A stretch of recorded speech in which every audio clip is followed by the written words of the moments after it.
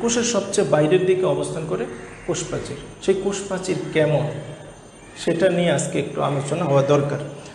এই কোষ, এটা উদ্ভিদ কোষ হওয়ার জন্য, এই কোষটা উদ্ভিদ কোষ হওয়ার জন্য এর বাইরে একটা প্রাচীর থাকতে হবে, একটা প্রাচীর থাকতে হবে।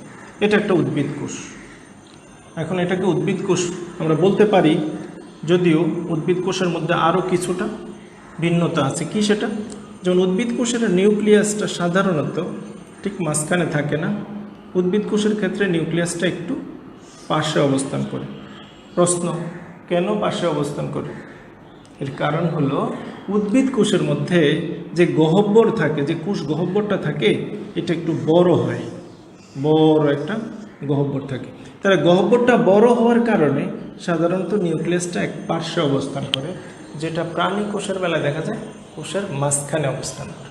যাই হোক, আমরা এখন যেহেতু কোষ প্রাচীর আলোচনা করতেছি, তাহলে কোষ প্রাচীর তো আর প্রাণী কোষে থাকে না, আমাদের উদ্ভিদ কোষে থাকে। তো আমরা এখন কোষ প্রাচীর নিয়ে কথা বলবো।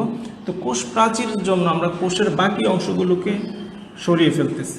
কোষ ঝিল্লি থেকে শুরু করে বাকি যা কিছু আছেন প্রোটোপ্লাজম সম্পূর্ণরূপে সরিয়ে ফেলতেছি। তাহলে এটা হলো আমাদের কোষের প্রাচীর। এই কোষ প্রাচীর কেমন, কোষ প্রাচীরের কয়টা অংশ, সেই সম্পর্কে আমরা এখন কথা বলবো। কোষ প্রাচীর এর মধ্যে আবার তিনটা অংশ আছে। তিনটা অংশ কিভাবে আমরা একটু দেখি। যে এই কোষ প্রাচীর পাশাপাশি আরেকটা কোষ নিলাম আমরা, এটাও একটা কোষ, এটাও কোষ। তাহলে এই দুইটা কোষের মাঝেই যে প্রাচীরটা অবস্থান করতেছে, যে প্রাচীরটা আমরা এখন দেখতেছি, এই প্রাচীরটা দুই কোষের মধ্যেই আছে। তাহলে এই প্রাচীরটা দুই কোষের মাঝে অবস্থান করতেছে, এটার নাম মধ্যপর্দা বা মিডল ল্যামেলা। তাহলে মধ্যপর্দা কোষ প্রাচীরের মধ্যে দুই কোষের মাঝে অবস্থান করে, মধ্যপর্দা। এখন মধ্যপর্দার পরে কোষের, এই মধ্যপর্দার পরে প্রত্যেকটা কোষের ভিতরে যে প্রাচীরটা তৈরি হয় মধ্যপর্দার পরে, সেই প্রাচীরটার নাম প্রাথমিক প্রাচীর। এই মধ্যপর্দা দুই কোষেরই অংশ, কিন্তু প্রত্যেকটা কোষের মধ্যে এরপরে আবার একটা প্রাচীর তৈরি হয়।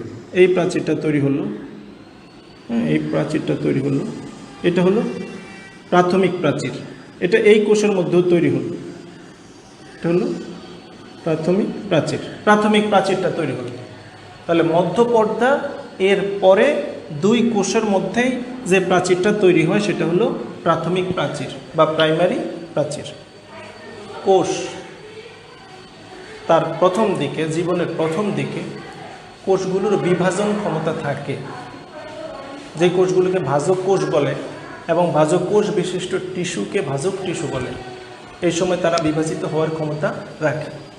কিন্তু কিছু সময় পর, অর্থাৎ কোষের যখন বয়স হয়ে যায়, তখন আস্তে আস্তে সেই কোষের ভিতরের দিকে আরও প্রাচীর তৈরি হয়। অর্থাৎ এই প্রাথমিক প্রাচীরের পরে আরও ভিতর দিকে আরও প্রাচীর তৈরি হয়, আরও প্রাচীর তৈরি হইতে থাকে, এই ভিতর দিয়ে তৈরি হইতে থাকে, এই কোষের মধ্যেও তৈরি হইতে থাকে। তাহলে এই প্রাচীরটার নাম, এটার নাম সেকেন্ডারি প্রাচীর, গৌণ প্রাচীর। তাহলে প্রাথমিক প্রাচীর প্রথমে তৈরি হয়, মধ্যপর্দার পরে প্রথমে তৈরি হয় প্রাথমিক প্রাচীর। ততক্ষণ পর্যন্ত কোষ তার বিভাজন ক্ষমতা সম্পন্ন থাকে, কোষ বিভাজিত হইতে পারে। কিন্তু এরপরে যখন কোষের ভিতরে আরও প্রাচীর তৈরি হইতে থাকে, অর্থাৎ সেকেন্ডারি প্রাচীর যখন তৈরি হইতে থাকে, তখন কোষ তার বিভাজন ক্ষমতাকে হারিয়ে ফেলে। তাহলে আমরা দেখলাম যে প্রাথমিক প্রাচীর তৈরি হলো, তারপরে তৈরি হলো সেকেন্ডারি প্রাচীর বা গৌণ প্রাচীর। এখন এই গৌণ প্রাচীরটা কোষের মধ্যে, গৌণ প্রাচীরটা 3 স্তরে সজ্জিত হয়, 3 স্তরে। তার মানে ভিতরের দিকে আরও প্রাচীর হইতে থাকে, আরও প্রাচীর হলো, আরও প্রাচীর হলো, আরও প্রাচীর হলো। তাহলে কি হলো? যে প্রথমে হইল প্রাথমিক প্রাচীর, এরপরে গৌণ প্রাচীর হইল 1, 2, 3 স্তর ব্যাপী, এগুলি গৌণ প্রাচীর। এই কোষের মধ্যেও হলো গৌণ প্রাচীর হলো। এইভাবে তাহলে যত ভিতর দিকে যাইতে থাকবে গৌণ প্রাচীর হইতে থাকবে। তাহলে গৌণ প্রাচীর যত হইতে থাকবে, যত হতে থাকবে, তো কোষের ভিতরে প্রোটোপ্লাজম যে জায়গাটা থাকবে, প্রোটোপ্লাজম, সেই প্রোটোপ্লাজমের পরিমাণ কমে আসবে। অর্থাৎ একটা কোষের যত বয়স হইতে থাকবে, উদ্ভিদ কোষের বয়স যত বাড়তে থাকবে, তো তার মধ্যে ভিতর দিকে কেবল প্রাচীর তৈরি হতে থাকবে, সেকেন্ডারি প্রাচীর তৈরি হইতে থাকবে। এর ফলে কোষের ভিতরে প্রোটোপ্লাজমের পরিমাণ কমে আসতে থাকবে, তার প্রাচীরটা মোটা হইতে থাকবে। এখন আমরা একটা জিনিস লক্ষ্য করতেছি যে এই কোষ, এই দুই কোষের মধ্যে আমরা এই অংশটুকুলো মুছে ফেলি, একটু বোঝানোর জন্য একটু দেখি, লক্ষ্য করি যে এই যে কোষটা, প্রাচীর, এখানেও প্রাচীর, এখানে প্রাচীর, এখানে প্রাচীর, কিন্তু একটা জায়গায় দেখা যায় যে প্রাচীর তৈরি হয় নাই। যে এখানে প্রাথমিক প্রাচীরও তৈরি হলো না, সেকেন্ডারি প্রাচীরও তৈরি হলো না, তাহলে কোষের এই প্রাচীরের মধ্যে একটা গর্ত তৈরি হলো। এই গর্তটাকে বলা হয় পিট, PIT, পিট। তাহলে পিট বা গর্ত কোথায় তৈরি হলো? কোষের প্রাচীরের মধ্যে। কেন তৈরি হলো?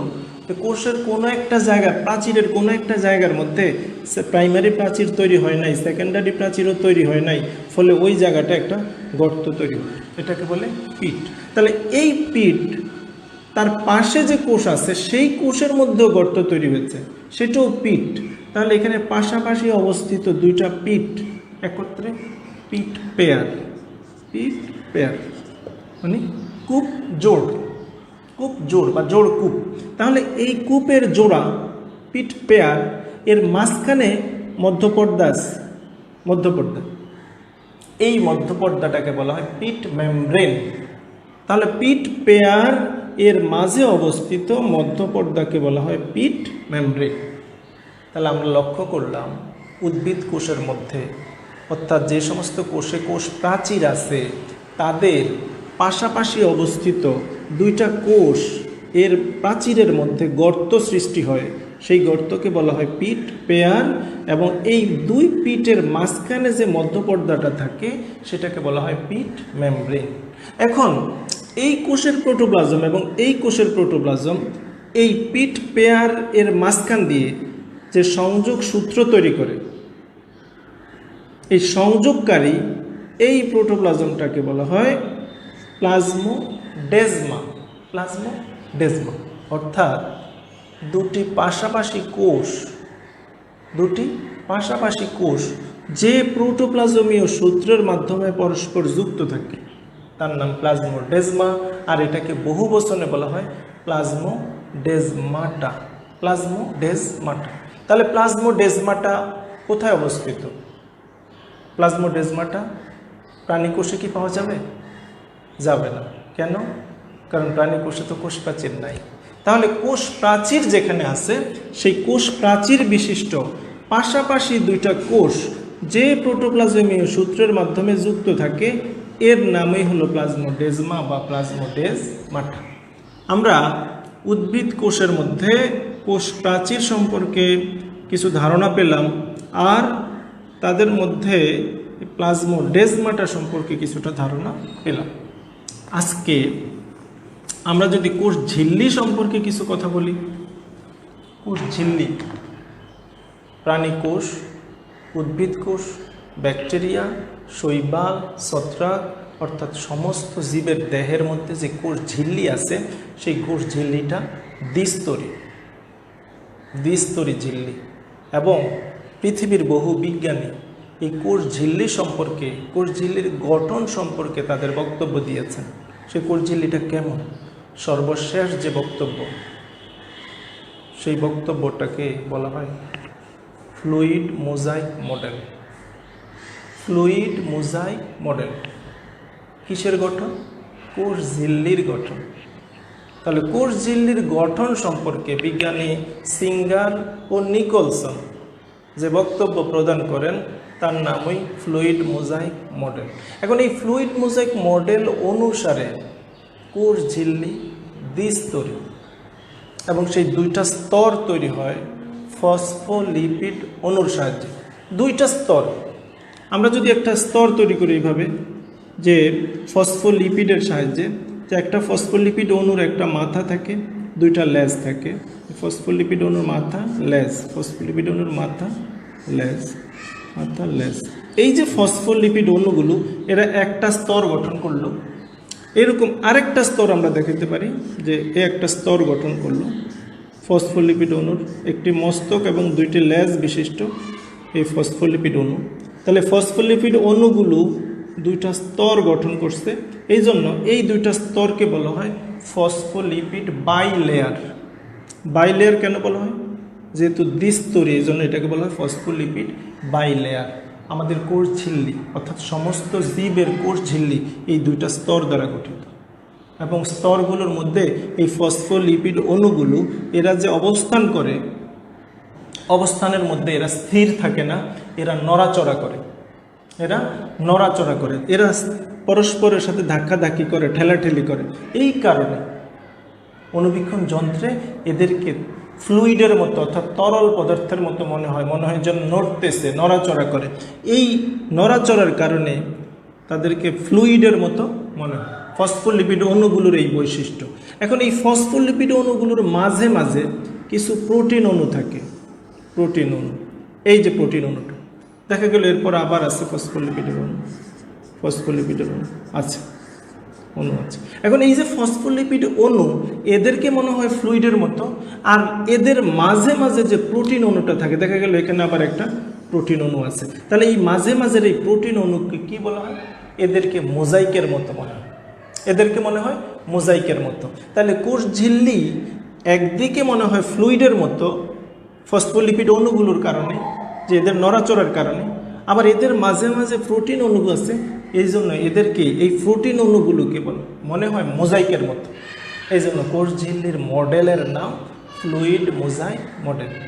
আমরা এই যে প্রোটিন অণুগুলোকে দেখতেছি, এই প্রোটিন অণুগুলো কোষ ঝিল্লির মধ্যে যে প্রোটিন অণুগুলো আছে, এরা আবার তিন প্রকার। যে এই যে প্রোটিনটা, এই প্রোটিনটা দুই স্তরের মধ্যে আছে, এখান থেকে শুরু করে এই স্তর পর্যন্ত পুরা দুই স্তর ব্যাপী প্রোটিন। এটার নাম ইন্টিগ্রাল প্রোটিন। কিছু প্রোটিন আছে যে পুরোপুরি দুই স্তর ব্যাপী অবস্থান করে না, তাদেরকে বলা হয় পেরিফেরাল প্রোটিন।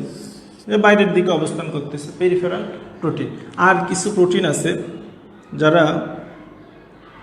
যারা লিপিড সংযুক্ত প্রোটিন, যারা লিপিডের সাথে যুক্ত থাকে, লিপিড সংযুক্ত প্রোটিন। আর এই তিন প্রকার protein, integral protein, peripheral protein এবং লিপিড সংযুক্ত প্রোটিন একত্রে বলা হয় মেমব্রেন প্রোটিন। যেহেতু এরা কোষের ঝিল্লিতে অবস্থান করে, এই জন্য ওই প্রোটিনগুলোর নাম মেমব্রেন প্রোটিন। আর একটা জিনিস আজকে আমাদের জানতে হবে, সেটা হলো এই যে লিপিড অণু, যেটাকে আমরা এখানে জানছি যেটা ফসফোলিপিড অণু, তো এই ফসফোলিপিড অণুর সাথে লিপিডের সাথে যখন কোনো কার্বোহাইড্রেট যুক্ত থাকে, লিপিডের সাথে যখন কোনো কার্বোহাইড্রেট যুক্ত থাকে, তখন সেটাকে বলা হয় গ্লাইকোলিপিড। অর্থাৎ কার্বোহাইড্রেট যুক্ত লিপিড, গ্লাইকোলিপিড।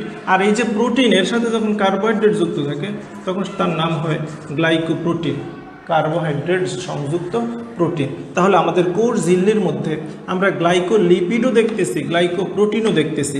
কার্বোহাইড্রেট যুক্ত লিপিড, গ্লাইকোলিপিড, কার্বোহাইড্রেট যুক্ত প্রোটিন, গ্লাইকোপ্রোটিন। আর এই দুইটাকে একত্রে বলা হয় গ্লাইকোক্যালিক্স। অর্থাৎ কোষ ঝিল্লির মধ্যে গ্লাইকোক্যালিক্স আছে। একটা হলো কার্বোহাইড্রেট যুক্ত লিপিড, আর একটা হলো কার্বোহাইড্রেট যুক্ত প্রোটিন। এদেরকে একত্রে বলা হয় গ্লাইকোক্যালিক্স।